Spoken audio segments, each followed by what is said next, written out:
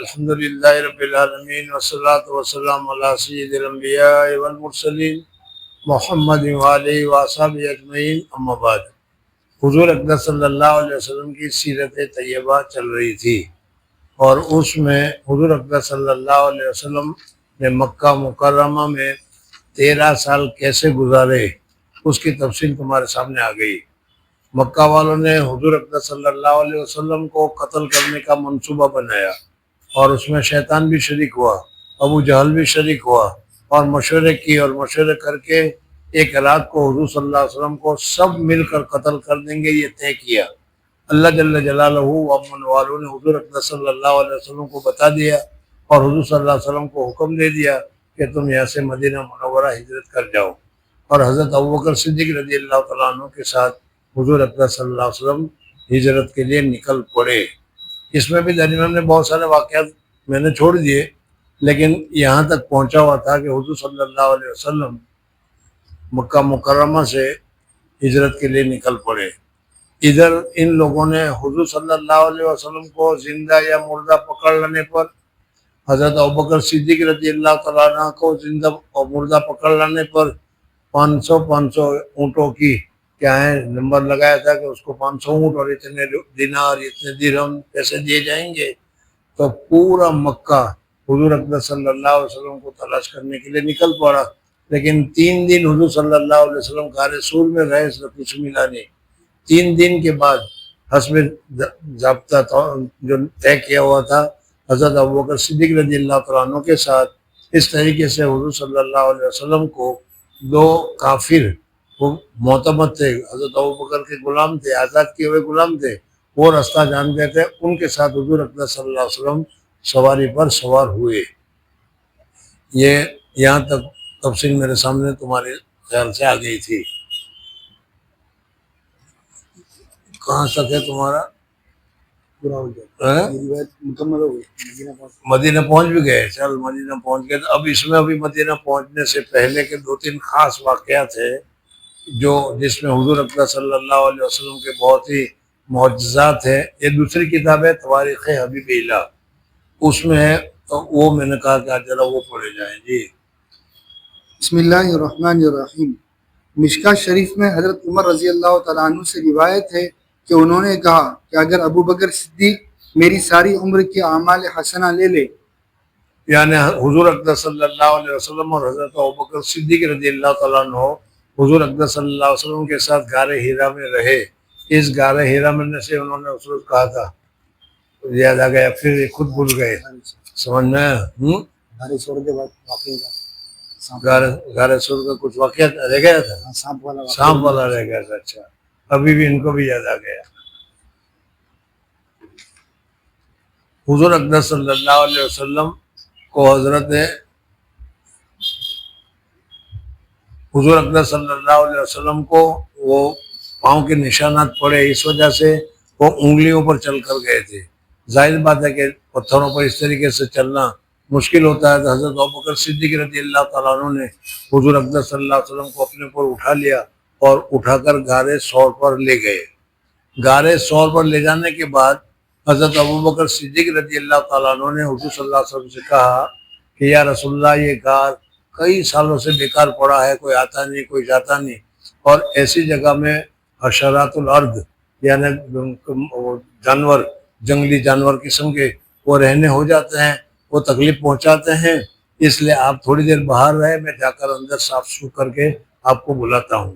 حضرت ابوبکر صدیق رضی اللہ تعالیٰ عنہ گئے تو بہت سارے سوراخ نظر آئے، تو انہوں نے سوچا کہ کہیں اس میں کسی میں سانپ ہو، بچھو ہو، کچھ ہو، تو اپنی جو چادر تھی وہ چادر کو پھاڑ کر اس کا منہ کر کے اس دروازے سوراخوں کو بند کیا، سمجھ میں؟ اور پورا غار ثور حضور صلی اللہ علیہ وسلم کے لیے حضرت ابوبکر صدیق رضی اللہ تعالیٰ عنہ نے صاف کیا۔ اندازہ لگاؤ کہ حضرت ابوبکر صدیق رضی اللہ تعالیٰ عنہ کو حضور اقدس صلی اللہ علیہ وسلم سے کتنی محبت تھی، کتنا لگاؤ تھا، سمجھ میں آ گیا؟ اپنی جان کی فکر نہیں، اگر فکر ہے تو حضور صلی اللہ علیہ وسلم کی جان کی فکر ہے، سمجھ میں آ گیا؟ آج ہم لوگوں کو اپنی جان کی فکر ہے، حضور اقدس صلی اللہ علیہ وسلم کی جان کی اتنی فکر نہیں۔ بہرحال حضور اقدس صلی اللہ علیہ وسلم کو باہر بٹھا کر وہ غار میں چلے گئے، اور غار میں جا کر جتنے سوراخ تھے ان سوراخ کو اپنی چادر کا پھاڑ پھاڑ کر اس کا منہ بند کیا۔ چادر ختم ہو گئی لیکن ایک سوراخ باقی رہ گیا۔ جب ایک سوراخ باقی رہ گیا تب کیا کرنا چاہیے؟ تو انہوں نے اپنا پاؤں اس کے اوپر رکھا اور حضور اقدس صلی اللہ علیہ وسلم کو کہا کہ یا رسول اللہ صلی اللہ علیہ وسلم اندر تشریف لے آئیے اور میرے ران پر سر رکھ کر آپ سو جائیے۔ دیکھو حضرت ابوبکر صدیق رضی اللہ تعالیٰ عنہ کو حضور اقدس صلی اللہ علیہ وسلم سے کتنا لگاؤ ہے، کتنا تعلق۔ اب اس کتاب میں تو نہیں ہے لیکن میں نے کسی کتاب میں پڑھا تھا، پتہ نہیں ہو سکتا ہے صحیح ہو، کہ اللہ جل حضور اقدس، یہ تو اپنی بات جگہ پر ہے کہ حضور اقدس صلی اللہ علیہ وسلم کو صرف ہمیں محبت نہیں ہے۔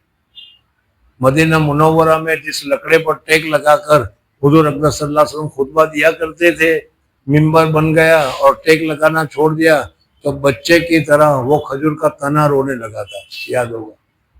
حضور صلی اللہ علیہ وسلم خطبے سے اترے اور ہاتھ لگایا اور پھر اس کا وہ رونا بند ہوا۔ جانوروں کے ساتھ بھی اتنی محبت اور دوسری چیزوں کے ساتھ بھی اتنی محبت حضور اقدس صلی اللہ علیہ وسلم کے ساتھ، تو ہر ایک کو محبت ہی محبت تھی۔ تو میں نے کتاب میں پڑھا تھا کہ اس غار میں ایک سانپ تھا، اس سانپ کو تمنا تھی کہ مجھے حضور اقدس صلی اللہ علیہ وسلم کی زیارت نصیب ہو، اس وجہ سے اس نے اللہ تبارک و تعالیٰ سے دعا کی کہ یا اللہ مجھے حضور صلی اللہ علیہ وسلم کو دیکھنا ہے، اور وہ جو سوراخ تھا اسی سوراخ میں وہ رہتا تھا۔ اور حضرت ابوبکر صدیق رضی اللہ تعالیٰ عنہ نے کہ کہیں کوئی سانپ وغیرہ نکلے تکلیف پہنچائے، اس لیے اپنا پاؤں اس میں رکھ دیا۔ سمجھ میں وہ سانپ نے دیکھا کہ سوراخ تو بند ہے، میں نکل تو سکتا نہیں، تو اس نے حضرت ابوبکر صدیق رضی اللہ تعالیٰ عنہ کو کاٹ لیا۔ کاٹنے کی وجہ سے حضرت ابوبکر صدیق رضی اللہ تعالیٰ عنہ کو زہر کا اثر شروع ہوا۔ اب یہ بھی دیکھو کتنی محبت ہے، ہم تو مجھے تو یہ یاد آ جاتا ہے ایسی وقت میں، بڑا تعجب ہوتا ہے کہ نماز پڑھ رہے ہو، دل لگ رہا ہے، قرآن پڑھنے میں مزہ آ رہا ہے، اور ذرا سا مچھر کاٹ لے تو ہمارا سارا دھیان مچھر کی طرف ہو جاتا ہے، کھجلانے شروع ہو جاتے ہیں، اتنی ہماری نماز کے ساتھ محبت ہے۔ یہاں حضرت ابوبکر صدیق رضی اللہ تعالیٰ عنہ کو سانپ نے کاٹا، حضرت ابوبکر صدیق رضی اللہ تعالیٰ عنہ نے پاؤں کو بھی حرکت نہیں دی کہ اگر میں نے پاؤں کو حرکت دی تو حضور صلی اللہ علیہ وسلم اٹھ جائیں گے، لیکن جب زہر کا اثر بڑھنے لگا بدن میں تو پھر حضرت ابوبکر صدیق رضی اللہ تعالیٰ عنہ کی آنکھ میں سے آنسو ٹپک پڑا، اور حضور صلی اللہ علیہ وسلم لیٹے ہوئے تھے پاؤں پر سر رکھ کر، حضور اقدس صلی اللہ علیہ وسلم کی آنکھ پر وہ آنسو پڑا تو حضور صلی اللہ علیہ وسلم فوراً کیا ابوبکر کیا ہو رہا ہے؟ کہا کہ یا رسول اللہ صلی اللہ علیہ وسلم سانپ نے مجھے کاٹا ہے اور اس کا زہر کا اثر ہو رہا ہے۔ حضور اقدس صلی اللہ علیہ وسلم نے پوچھا کہاں ہے؟ کہا کہ پاؤں میں۔ حضور صلی اللہ علیہ وسلم نے اپنا لعاب مبارک لیا اور لعاب مبارک لے کر حضرت ابوبکر کے پاؤں پر لگا دیا، بس وہ لگانا تھا کہ فوراً سارا کا سارا زہر ختم ہو گیا۔ سمجھ میں آ گیا؟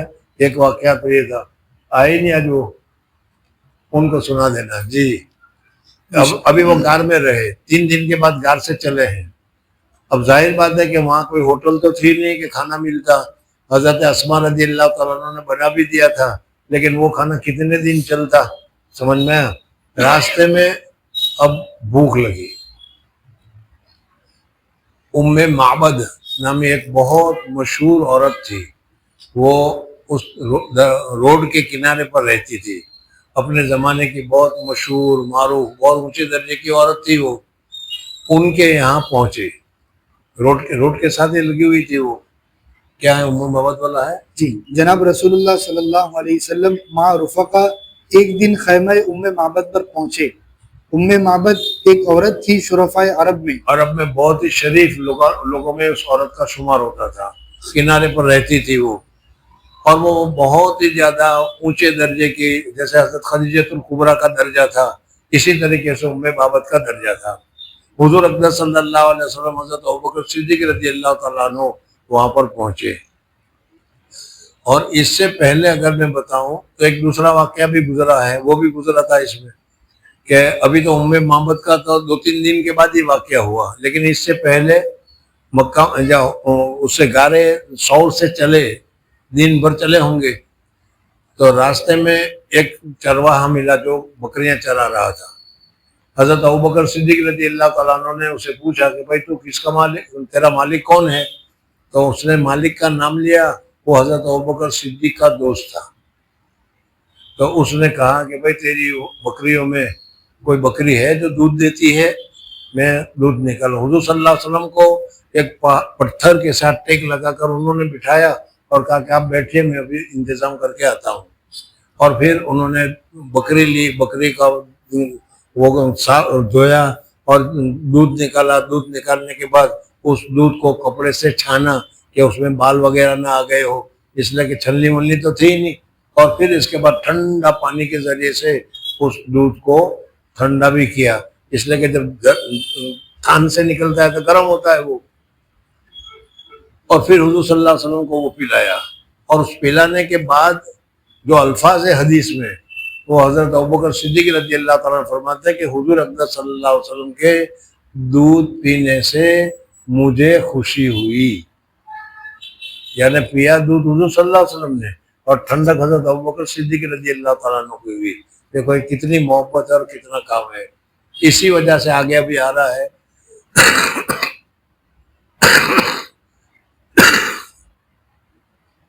وعلیکم السلام. آپ کی ساری تقریریں ختم ہو گئی ہیں، اب میں نہیں جانتا، اب ان سے پوچھ لینا. تو یہ ہے کہ حضور اقدس صلی اللہ علیہ وسلم نے جو خدمت کی تھی 2 دن، اور اس خدمت کے لیے چونکہ علماء ہیں اس لیے بتا دوں کہ حضور اقدس صلی اللہ علیہ وسلم کا صحابی ہونا اللہ جل جلالہ نے خود قرآن پاک میں فرمایا کہ اس ساتھی نے کہا کہ یہ لوگ ہمیں دیکھ لیں گے، تو حضور صلی اللہ علیہ وسلم نے فرمایا کہ لا تحزن ان اللہ معنا. تو گویا کہ حضور صلی اللہ علیہ وسلم کی حضرت ابوبکر کی صحابیت اللہ تبارک و تعالیٰ کے منظور ہو گئی. بہرحال حضرت عمر نے کہا، وہ آئے گا واقعہ تو بہت دور ہے لیکن یہاں انہوں نے کہہ دیا تو میں بتا دوں کہ ایک مرتبہ غزوہ تبوک کا موقع آیا، غزوہ تبوک کا. اور اس وقت کی یہ لڑائی جو ہے غزوہ تبوک کی، یہ ہرقل بادشاہ کے ساتھ تھی. اور حضور صلی اللہ علیہ وسلم نے اعلان بھی کیا تھا، آج بھی بخاری میں آیا تھا کہ حضور صلی اللہ علیہ وسلم سفر میں جاتے تھے تو ادھر جانا ہوتا تھا تو ادھر کی تحقیق کرتے تھے، رام نگر میں کیا ہے، چوک میں کیا ہے، تاکہ جو جاسوس وغیرہ ان کو معلوم ہو کہ ادھر جانا ہے، ادھر والوں کو پتہ نہ چلے.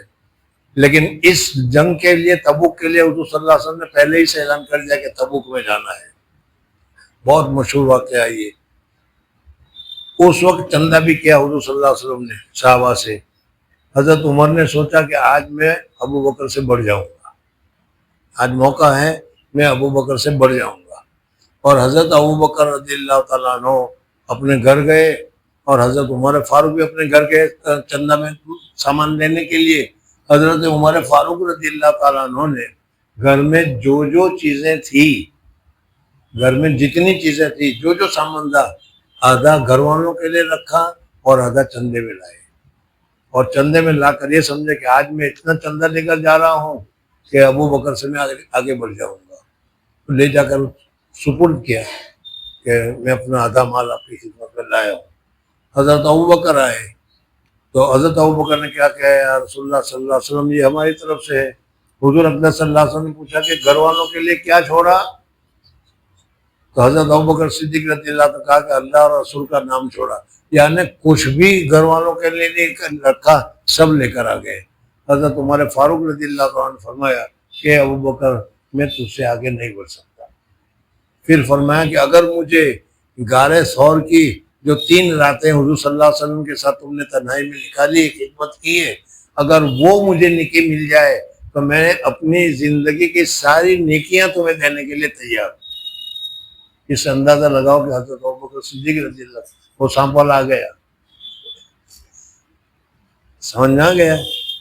ابھی جو قصہ بتا رہے ہیں وہ ام معبد کا ہے، اور چونکہ وہ ہماری کتاب میں یعنی جو ابھی ہم پڑھ رہے تھے اس میں نہیں تھا، اور اس میں بہت ہی برکات کے ساتھ حضور صلی اللہ علیہ وسلم کا معجزہ ہے، اس لیے میں نے کہا کہ چلو اس کتاب کی جگہ پر اس کتاب کو لا کر پڑھایا جائے. ام معبد کے گھر ایک خیمہ لگا، اس لیے کہ اس زمانے میں گھر ہمارے جیسے تھوڑے ہوتے تھے، خیمے ہوتے تھے، معبد کا خیمہ تھا، وہاں اترے اور حضور اقدس صلی اللہ علیہ وسلم حضرت ابوبکر صدیق رضی اللہ تعالیٰ عنہ وہاں قیام کیا اور کہا کہ بھائی کچھ کھانے پینے کو ہے؟ کہا کہ قحط سالی چل رہی ہے، کھانا پینا کہاں سے ہوتا؟ کہ اچھا کوئی بکری ہے، بکری کا دودھ ملے؟ تو کہا کہ بکری نہیں، ایک بہت ہی کمزور بکری ہے، وہ وہاں بیٹھی ہوئی ہے، وہ اتنی کمزور ہے کہ وہ چل نہیں سکتی، اس لیے وہ کھانے بھی نہیں جا سکتی۔ حضور اقدس صلی اللہ علیہ وسلم نے فرمایا کہ کیا آپ اجازت دیتی ہیں کہ اس کا دودھ ہم پی لیں؟ کہا کہ وہ دودھ، اس کا تو دودھ ہے ہی نہیں، وہ تو معذور ہے، مجبور ہے، بیمار ہے، کمزور ہے، بڈھی ہے، دودھ کا سوال ہی پیدا نہیں ہوتا۔ حضور اقدس صلی اللہ علیہ وسلم نے کہا کہ تم چھوڑو، اجازت دے دو، پھر دیکھی جائے گی۔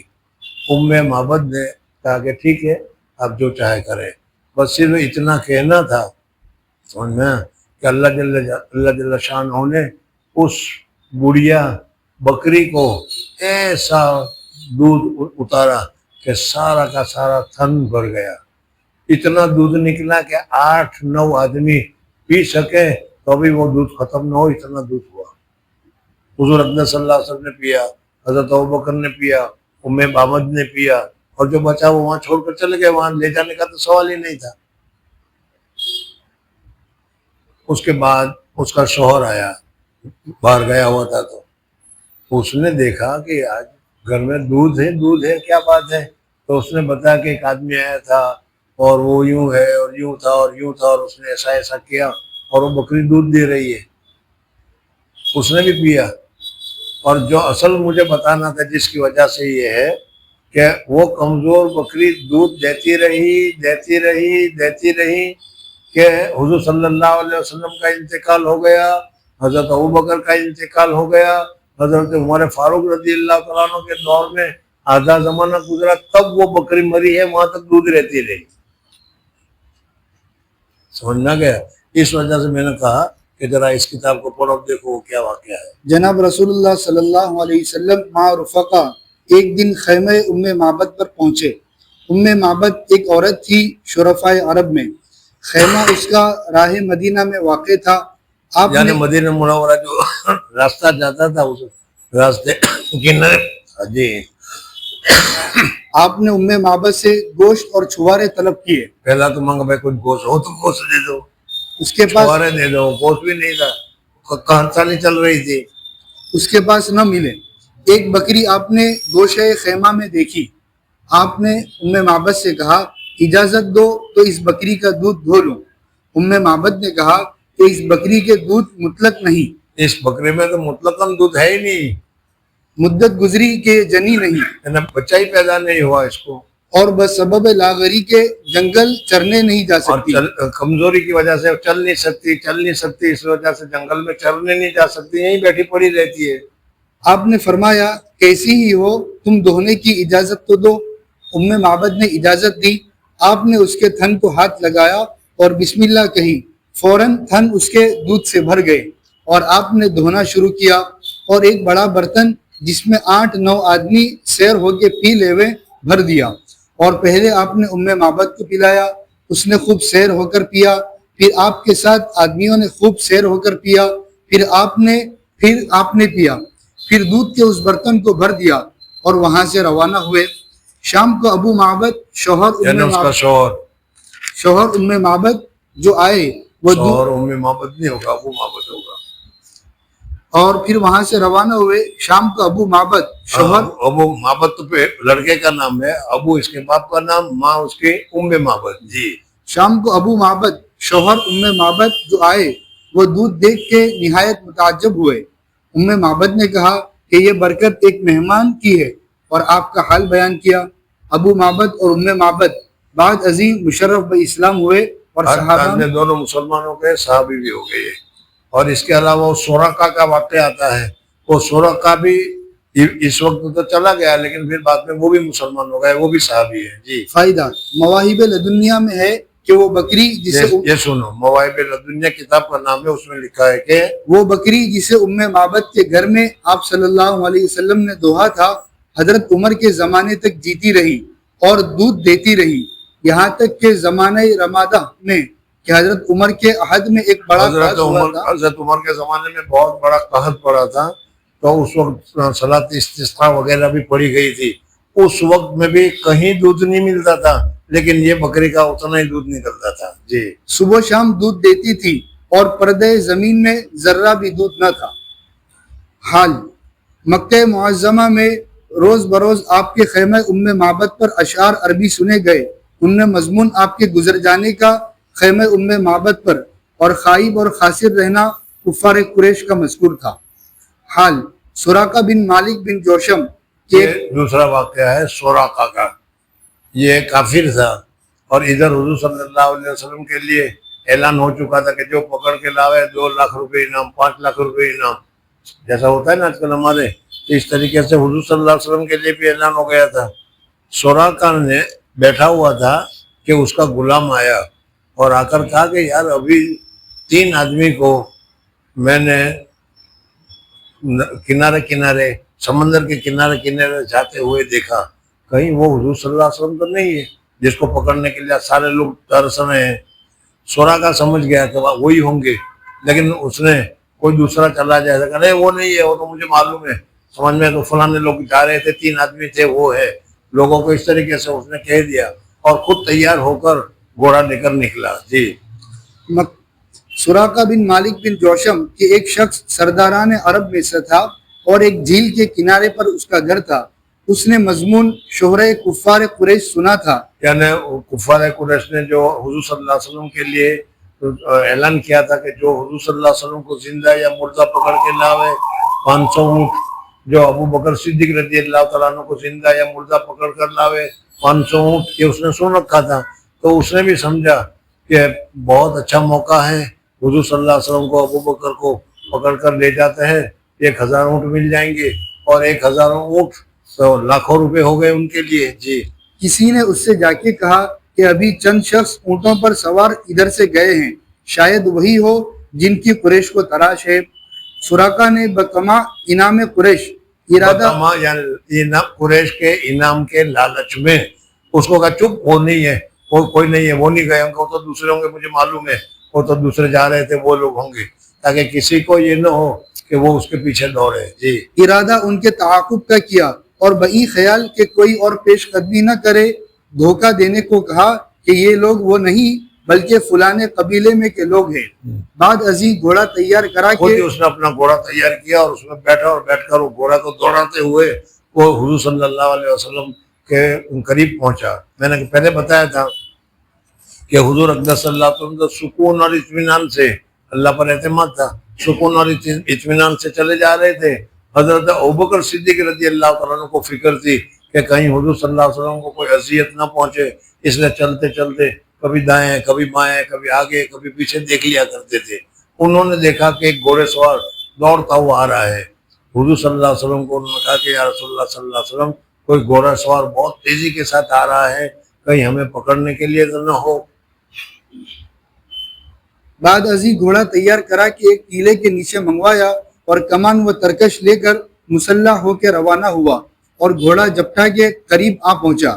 حضرت ابو بکر رضی اللہ تعالیٰ عنہ کے ہر طرف واسطے محافظت حضرت صلی اللہ علیہ وسلم کے دیکھتے چلتے تھے. سراقہ کو دیکھ کر کہا یا رسول اللہ، ایک سوار آ پہنچا. آپ نے دیکھا اور سراقہ کے لیے بددعا کی اور ایک بارگی زمین نے سراقہ کے گھوڑے حضور صلی اللہ علیہ وسلم نے بددعا کی کہ اس کا گھوڑا ایک ہی وقت میں پاؤں کے ساتھ آدھا زمین میں دھس گیا. سراقہ سمجھ گیا کہ یہ حضور صلی اللہ علیہ وسلم کی بددعا ہی ہو سکتے، ورنہ تو گھوڑا اتنا شاندار گھوڑا اور خشک زمین میں کیسے دھسے گا، اللہ کی طرف سے ہوا ہے یہ. جی، اور ایک بارگی زمین نے سراقہ کے گھوڑے کو پیٹ تک نگل لیا، پاؤں گھوڑے کے زمین میں غائب ہو گئے.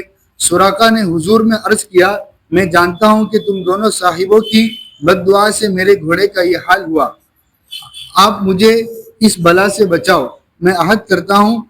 سراقہ نے کہا کہ یا رسول اللہ صلی اللہ علیہ وسلم، حضرت ابوبکر صدیق اور آپ کی بددعا کی وجہ سے میری یہ حالت ہوئی ہے، میں توبہ کرتا ہوں، آیا تھا تو پکڑنے کے لیے، لیکن اب توبہ کرتا ہوں، میں آپ کو پکڑنے کا نہیں، اور بلکہ میں اب آپ کی نصرت کروں گا، مدد کروں گا. اب یہاں سے میں واپس جاؤں گا تو جو بھی آتا ہوگا اسے کہوں گا کہاں جا رہے ہو، حضور صلی اللہ علیہ وسلم کو تلاش کرنے جا رہے ہو, میں وہاں تک تلاش کر کے آیا, راستے میں کہیں حضور صلی اللہ علیہ وسلم نہیں ہے, تو وہ واپس چلے جائیں گے. اور پھر حضور صلی اللہ علیہ وسلم سے کہا کہ مجھے ایک امن نامہ لکھ دیجئے. جی میں عہد کرتا ہوں کہ اب پھرتے ہوئے جو کوئی تمہاری تلاش کو آتا ہوا ملے گا اس کو میں پھیر دوں گا. آپ نے دعا کی. زمین نے سراقہ کے گھوڑے کو چھوڑ دیا. سراقہ کہتا ہے کہ مجھے اسی وقت خیال ہوا کہ خدا تعالیٰ آپ کو غلبہ دے گا, اور میں متصل آپ کے گیا, اور میں نے مجھے ہو گیا کہ آپ اللہ کے ہر وقت ان کو مدد شامل حال ہے, تو اس وجہ سے حضور صلی اللہ علیہ وسلم آخر کچھ بھی کریں غالب ہونے والے ہیں, اور جب غالب ہوں گے تو پھر ہمیں کوئی مصیبت ہوگی, پریشانی ہوگی, اس سے اچھا یہ ہے کہ ابھی میں امن نامہ, شانتی نامہ لکھوا لوں. تو اس وجہ سے انہوں نے حضور صلی اللہ علیہ وسلم سے لکھوا لیا.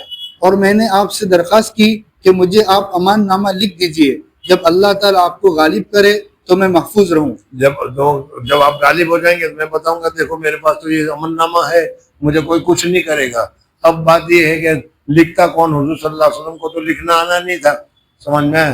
تو حضور صلی اللہ علیہ وسلم کے ساتھ یہ دونوں جو کافر تھے, جو ایک گھوڑا راستہ بتلانے والا تھا اور اونٹ کو لے کر آیا تھا, انہوں نے لکھ کر دیا. جی آپ نے حضرت عامر بن فہیرہ کے ہاتھ سے امان نامہ لکھوا دیا, اور سراقہ اس وقت اگرچہ مسلمان نہ ہوئے لیکن بعد اس کے مشرف با اسلام ہوئے, یعنی مسلمان ہو گیا یہ بھی, سراقہ بھی, اور صحابہ میں داخل ہوئے. سراقہ نے پھرتے ہوئے حسب عہد ہر شخص کو جو آپ کی تلاش کے لیے جاتا تھا پھیر دیا, اور کہا کہ تمہارے جانے کی حاجت نہیں ہے, میں دیکھ کے آیا ہوں. فائدہ: یہ معجزہ آن حضرت صلی اللہ علیہ وسلم کا کہ زمین نے آپ کے دشمن کے گھوڑے کو دھنسا لیا, مثل معجزہ حضرت موسیٰ کے نسبت قارون کے. چل کہہ ہی دیا تھا, کرنا ہی پڑے گا. مصنف رحمۃ اللہ تعالی علیہ اب یہاں سے یہ قصہ دوسرا تمہارے سامنے ذکر کرتے ہیں کہ حضرت موسیٰ علیہ السلام کا رشتہ دار تھا قارون, اور وہ بہت ہی غریب تھا, بہت ہی فقیر تھا. اس نے حضرت موسیٰ علیہ السلام سے کہا کہ اللہ تبارک و تعالیٰ سے دعا کر لیجئے کہ اللہ تبارک و تعالیٰ 2 پیسے دے دے, میری غریبی دور کر دے. حضرت موسیٰ علیہ السلام نے اللہ تعالیٰ سے دعا کی, اللہ تبارک و تعالیٰ نے اس کی غریبی دور کی, برکت آنا شروع ہو گیا. جب اس کے پاس مال آنا شروع ہوا تو حضرت موسیٰ علیہ السلام نے کہا کہ یہ مال اللہ کا دیا ہوا ہے, مال اللہ کا ہے, اللہ نے تم کو مال دیا ہے تو اس کے شکرانے میں تجھے زکوٰۃ دینی چاہیے. ہمارے یہاں تو زکوٰۃ دیتے ہو کہ نہیں؟ کتنے دیتے ہو؟ 100 پر 2.5 روپے. ارے 100 پر 2.5 روپے ہی ہے کہ نہیں؟ اور 1000 پر 25 روپے.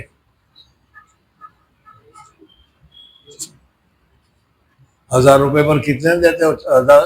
1000 کا 40 پر کتنا ہوتا ہے؟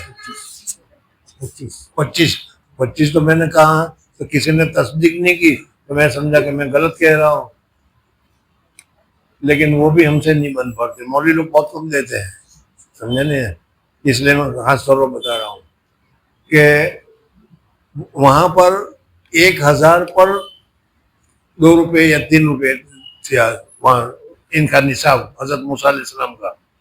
تو حضرت موسیٰ علیہ السلام نے کہا اس کو, تو اس نے کہا کہ ارے اس میں اللہ تبارک و تعالیٰ کا کون سا فضل مہربانی, میں محنت کرتا ہوں, 24 گھنٹے دکان کھولتا ہوں, میں یہ کرتا ہوں یہ کرتا ہوں, تب میرے پاس آئے ہیں. اس نے زکوٰۃ دینے سے انکار کیا. حضرت موسیٰ علیہ السلام کے ساتھ برا بلا بھی کہا, تو حضرت موسیٰ علیہ السلام نے بد دعا کی کہ اللہ اس کو دھسا دے, تو زمین میں دھس گیا, اور اس دھستے دھستے پھر پورا زمین میں دھس گیا تھا. اس واقعے کو ذکر کر رہے ہیں, لیکن اس واقعے کو اور حضور صلی اللہ علیہ وسلم کے اس واقعے کو دونوں میں کتنا فرق ہے وہ بتانا ہے, لیکن پہلے دونوں واقعے تو سن لو. جی یہ معجزہ آن حضرت صلی اللہ علیہ وسلم کا کہ زمین نے آپ کے دشمن کے گھوڑے کو دھسا لیا, مثل معجزہ حضرت موسیٰ کے کہ نسبت قارون کے ہوا کہ زمین نے اس کو بسبب عداوت حضرت موسیٰ کے دھسا لیا. مختصراً قصہ اس کا جیسا کہ تفسیر بیضاوی وغیرہ میں مذکور ہے یہ ہے کہ جب موسیٰ علیہ السلام نے قارون کو حکم ادائے زکوٰۃ کر دیا, قارون کو یہ حکم بہت ناگوار ہوا. مال کی اسے محبت بہت تھی. حضرت موسیٰ نے 1000 درہم میں سے 1 درہم زکوٰۃ 1000 درہم میں 1 درہم, ہمارے یہاں تو 1000 روپے میں 25 روپے ہوتے ہیں، یعنی 1 روپیہ، وہ بھی اس کو زکوٰۃ دینے میں بھاری پڑا۔ قارون کو موسیٰ علیہ السلام سے عداوت ہوئی اور اس نے ایک عورت کو کہ زنا سے حاملہ ہوئی تھی بہت روپیہ دے کے اس بات پہ، یہ میں نے پہلی مرتبہ سنا یہ کتاب میں کہ حضرت موسیٰ علیہ السلام نے زکوٰۃ کے پیسے مانگے تو وہ دشمن ہو گیا حضرت موسیٰ علیہ السلام کا، اور موسیٰ علیہ السلام کا دشمن ہوا، حالانکہ حضرت موسیٰ کے خاندانی کا آدمی تھا، وہ کوئی دوسرا نہیں تھا، لیکن خاندانی میں بھی تو آدمی کو دشمن ہو ہی جاتے ہیں۔ اس نے ایک عورت کو جو زانیہ تھی اس کو پیسے دیے، ہزاروں روپے دیے، اور کہا کہ جب محفل ہو اس محفل میں جانا اور کہہ دینا کہ موسیٰ علیہ السلام نے میرے ساتھ زنا کیا ہے اور اس کا بچہ یہ ہے، تاکہ موسیٰ علیہ السلام بدنام ہو جائے۔ حضرت موسیٰ علیہ السلام کے بدنام ہونے کے لیے کیا؟ ایک مرتبہ حضرت موسیٰ علیہ السلام وعظ کہہ رہے تھے اور وعظ میں زنا کی سزا بتا رہے تھے، تو یہ قانون وہاں پہنچا کہ موسیٰ یہ بتاؤ کہ یہ سزا عوام کے لیے ہے یا سب کے لیے ہے؟ کہا کہ سب کے لیے ہے۔ کہا کہ آپ کے لیے بھی ہے؟ کہا کہ ہاں میرے لیے بھی ہے، اگر میں کروں گا تو مجھے بھی یہ سزا ملے گی۔ اس وقت وہ عورت آئی اور آ کر کہا جی۔ قارون کو موسیٰ علیہ السلام سے عداوت ہوئی اور اس نے ایک عورت کو کہ زنا سے حاملہ ہوئی تھی بہت روپیہ دے کے اس بات پر آمادہ کیا کہ مجمع بنی اسرائیل میں کہے کہ مجھ سے موسیٰ نے زنا کیا اور یہ حمل زنا انہی کا ہے۔ حضرت موسیٰ عید کے دن وعظ کہہ رہے تھے اور احکام حدود و قصاص کے بیان کرتے تھے۔ اس میں انہوں نے کہا جو کوئی زنا کرے اور نکاح اس کا نہ ہوا ہو ہم اسے 100 ورے ماریں گے۔ 100 درے، ورے کیا ہوتے ہیں؟ 100 درے ماریں گے، اور جو زنا کرے اور نکاح اس کا ہوا ہم اسے سنسار کریں گے۔ جو اسلام کا حکم ہے وہی حکم ہے۔ قارون نے کہا اے موسیٰ جو تم ہی نے ایسی بات کی ہو۔ حضرت موسیٰ نے تمہیں نے اگر زنا کیا ہو تو تمہارے اوپر بھی یہ حکم ہوگا یا نہیں؟ موسیٰ نے کہا کہ میں ایسی بات کروں تو مجھ پر بھی حد اسی طرح جاری ہو۔ قارون نے کہا کہ فلانی عورت یہ کہتی ہے کہ تم نے اس سے زنا کیا اور اس عورت کو پیش کیا۔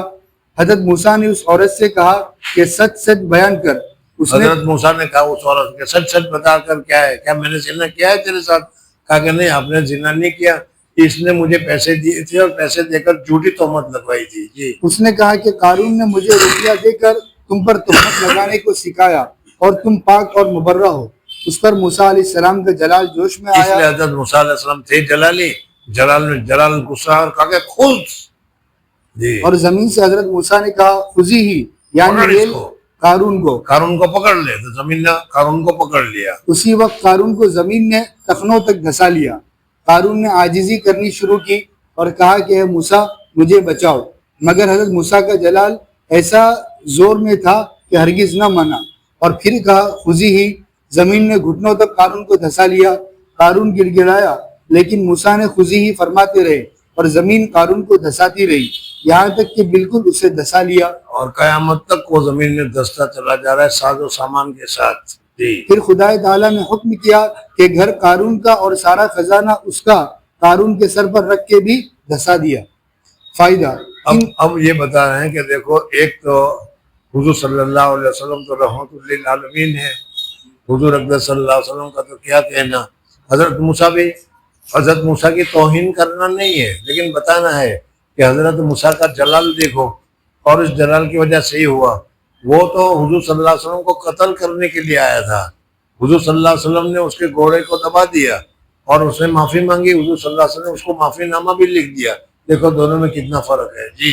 فائدہ ان دونوں معجزوں کی کیفیت وقوع میں بھی افضلیت جناب رسول اللہ صلی اللہ علیہ وسلم کی، ان سے بھی حضور صلی اللہ علیہ وسلم کی افضلیت معلوم ہوتی ہے۔ افضلیت بتانا ہے، حضرت موسیٰ کی توہین کرنی نہیں ہے۔ جی۔ اور ظہور شان رحمت للعالمین کا آپ کے معجزے میں آیا ہے کہ آپ نے سراقہ کے التجا کرتے ہی اسے خسف زمین سے نجات دی، بلکہ اسے ہمیشہ کے لیے امان نامہ لکھوا دیا، اور موسیٰ نے قارون کی تضرع و زاری پر کچھ التفات نہ کیا۔ اللہ جل شانہ نے بھی حضرت موسیٰ کو وحی بھیجی کہ اگر مجھے قارون، اللہ تعالیٰ نے حضرت موسیٰ کو کہا کہ اگر قارون مجھ سے ایسی عاجزی کرتا، دیکھو اللہ تبارک و تعالیٰ کتنے کریم ہے، کتنے رحیم ہے، اور اس واقعے سے ہمیں سمجھنا چاہیے کہ گنہگار آدمی جب خاص طور پر اپنے دل سے اپنے ندامت کا اظہار کرتا ہے، ناراضگی کا اظہار کرتا ہے، اپنے آپ کو گنہگار ثابت کرتا ہے، تو اللہ تعالیٰ اس کے گناہ کو معاف کر دیتے ہیں۔ یہاں دیکھو کیا کہہ رہے ہیں حضرت موسیٰ کو اللہ تعالیٰ کہ موسیٰ یہ جو تیرا دشمن تھا قارون، اگر تجھ سے منت و سماجت کرتا رہا کہ مجھے چھوڑ دو چھوڑ دو چھوڑ دو، اگر مجھ سے کرتا اللہ جل شانہ نے بھی حضرت موسیٰ کو وہی بھیجی کہ اگر مجھے قارون ایک بار بھی پکارتا میں اسے نجات دیتا، تمہیں پکارتا رہا تم نے کچھ نہ سنا۔ فائدہ افضلیت جناب رسول اللہ صلی اللہ علیہ وسلم کی، یہاں پر حضور صلی اللہ علیہ وسلم کا حضرت موسیٰ بلکہ تمام نبیوں سے افضل ہونا بتا رہے ہیں۔ افضل ہونا تو کوئی بری بات نہیں ہے، تلک الرسل فضلنا بعضهم علی بعض، قرآن بھی کہتا ہے، لیکن ہم کسی کو افضل بنانے میں سامنے والوں کو جو ذلیل کرتے ہیں یہ غلط ہے۔ حضرت موسیٰ کی توہین نہیں ہونی چاہیے۔ جی اس میں ضرور ہے کہ اس بات کا لحاظ رہے کہ کسی طرح تحقیر اس پیغمبر کی نہ نکلے۔ تحقیر ہر پیغمبر کی کفر ہے۔ شاعر لوگ اکثر اس بلا میں مبتلا ہو جاتے ہیں اور صرف افضلیت کے بیان سے تحقیر لازم نہیں آتی۔ خود خدا تعالیٰ فرماتا ہے تلک الرسل فضلنا بعضهم علی بعض۔ حال جب آپ متصل مدینہ کے پہنچے، بریدہ بن حسیب اسلمی مع 70 سواروں کے آپ کو ملے۔ آپ نے پوچھا تم کون ہو؟ انہوں نے کہا بریدہ بن حسیب۔ آپ نے بطور تفاول کے فرمایا برد امرنا، ہمارا معاملہ ٹھنڈا ہو گیا۔ اب تک جو فکر تھی ہجرت کی، حضور صلی اللہ علیہ وسلم نے تفاول لیا۔ تفاول کے معنی سامنے والے کے نام کے ذریعے سے خوشی الفاظ کرنا، اس کو تفاول کہا جاتا ہے۔ نیک فالی ہم اپنی زبان میں کہتے ہیں۔ سامنے والا ملا، بھائی کیا نام؟ تو کہ سہیل۔ ہاں چلو بھائی ہمارا کا معاملہ سہل ہو گیا۔ جی اور ٹھنڈا ہوا کام ہمارا۔ اور قبیلے کا نام اسلم سن کے آپ نے تفاولاً فرمایا سلیمنا، سلامت رہے ہم، یعنی ہم سلامت رہے۔ راستے کی جو گرفت کی پکڑ جو کہہ رہی تھی، اللہ تعالیٰ نے ان سب سے ہمیں بچا دیا۔ جی پھر آپ نے پوچھا قبیلہ اسلم میں سے کس قوم کے ہو؟ انہوں نے کہا بنی سہم کے۔ آپ نے فرمایا خرج سہمک، حاصل ہوا حصہ تیرا، یعنی اسلام سے تجھے نصیب ملا۔ یعنی مسلمان ہو، وہ بھی مسلمان ہو گیا پورے قافلے کے ساتھ۔ جی بریدہ آئے اور بارادہ بد تھے، حسب یعنی آئے تو تھے ارادہ بد، حضور صلی اللہ علیہ وسلم کو پکڑنے کے لیے آئے تھے، لیکن حضور اکرم صلی اللہ علیہ وسلم کو دیکھ کر ان کے دل میں ایسی محبت پیدا ہو گئی کہ وہ خود ہی اسلام لے آئے اور حضور صلی اللہ علیہ وسلم کے موافق ہو گئے۔ جی لیکن جمال مبارک دیکھ کے اور کلام پاک سن کے مسخر ہو گئے اور ماں سب ہمراہیوں کے ایمان لائے۔ اور یہ تو بہت آسان سی بات ہے سمجھنا۔ حضور اکرم صلی اللہ علیہ وسلم کا جمال تو بہت ہی اونچا جمال ہے۔ حضور اکرم صلی اللہ علیہ وسلم کی نورانیت تو بہت ہی اونچی نورانیت ہے۔ یہاں تو ذرا سی گوڑی چمڑی کو دیکھ کر اور اس کی لپک لپک سی باتوں کو دیکھ کر نرم ہو جاتے ہو کہ نہیں؟ چل پھر انہوں نے عرض کیا یا رسول اللہ، مناسب معلوم ہوتا ہے کہ بوقت داخل ہونے کے آپ کے مدینہ میں آپ کے ساتھ نشان ہو، اور اپنی پگڑی کو ایک لکڑی میں لپیٹ کے نشان بنایا۔ اس وقت سے یہ جھنڈا شروع، اسلام میں جھنڈا شروع ہوا۔ آپ نے انہی کو نشان بردار کیا کہ آپ کے جلو میں نشان لے کر چلے۔ حضور صلی اللہ علیہ وسلم نے کہا کہ اچھی بات ہے، پھر تو ہی میرا جھنڈا پکڑ اور تو ہی میرے جھنڈا لے کر آگے آگے چل۔ جی سبحان اللہ، کیا قدرت خدا ہے، کس سرکشی سے آیا تھا، سرکشی سے مارنے کے لیے موافق ہو گیا۔ موافق ہونے کے بعد، موافق ہونے کے ساتھ ساتھ آپ کا مولین بھی ہو گیا، اعلان کرنے والا بھی ہو گیا کہ میں آپ کا رہبر ہوں۔ جی اور کیسے فرما بردار ہو کے ساتھ چلے۔ حال مدینہ کے لوگ بخیال تشریف آوری آپ کے ہر روز واسطے استقبال۔ جس میں اپنا کیا ہے، چل اپنا ہے کہ ابھی کچھ ابھی باقی ہے اور ایک سوال بھی۔